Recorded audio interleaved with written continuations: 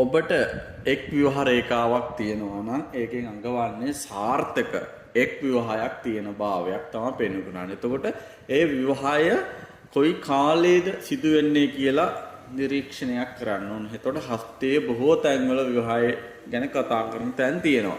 මේ එකක් තමයි මෙතන ගොඩක් ව්‍යුහ රේඛා තියෙන. ඒ කියන්නේ ආද සබතා ව්‍යුහ රේඛා තියෙනවා. ඒ කාලයේදී උන් නැත්නම් තව ඉස්සරහට ව්‍යුහය ගැන කියමු.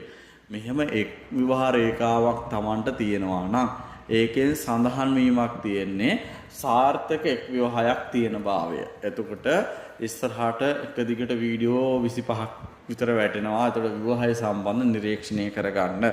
එතකොට ගුරුවරයෙක් යටතේ බැලීමක් සිදු කරන්න ඕනේ.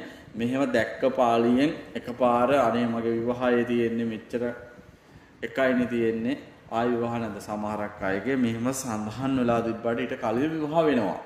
එතකොට ඒකේ කේන්දරෙත් එක්කත් බලන්න ඕනේ. ඒකයි හස්ත රේඛා ජ්‍යොතිෂ්‍ය සිද්ධාන්ත දෙක මේ විෂය මාලා දෙක ඍෂිවරුන්ගේ විෂය මාලා දෙක එකට බලන. එතකොට මේ සමුද්දික ඍෂිවරයා තමයි මේ හස්ත රේඛා ශාස්ත්‍රය ලෝකයට දායද මේ ජීවිතේ විශාල හැරවීම.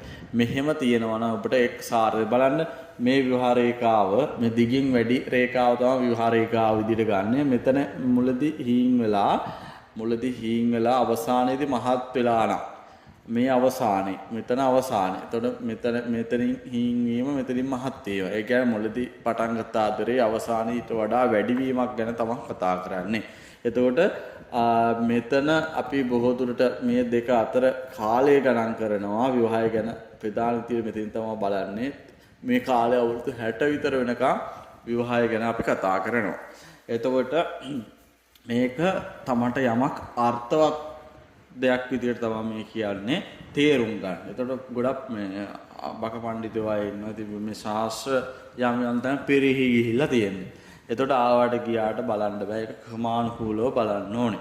එතකොට මේ විදිහට තියෙනවා නම් ඔබට එක් සාර්ථක විවාහයක් ගැන තමයි කතා කරන්නේ. එතකොට මේ විවාහ රේඛාව මෙහින් හීනි මෙතනින් හීනියට ඇවිල්ලා මෙහෙන් මහතන හොඳට බලන්න ඕනේ. දැන් ඇන්ද රේඛාව මේ තියෙන්නේ එක් විවාහ රේඛාව. මෙතන මුලදී අවසානයේ හීන් වෙලා මුලදී මහත් වෙලා මේ හරිය කියන්නේ මුලදී පාදරේ අවසානයේදී අඩු වීමක් ගැන තමයි සඳහන් කරන්නේ.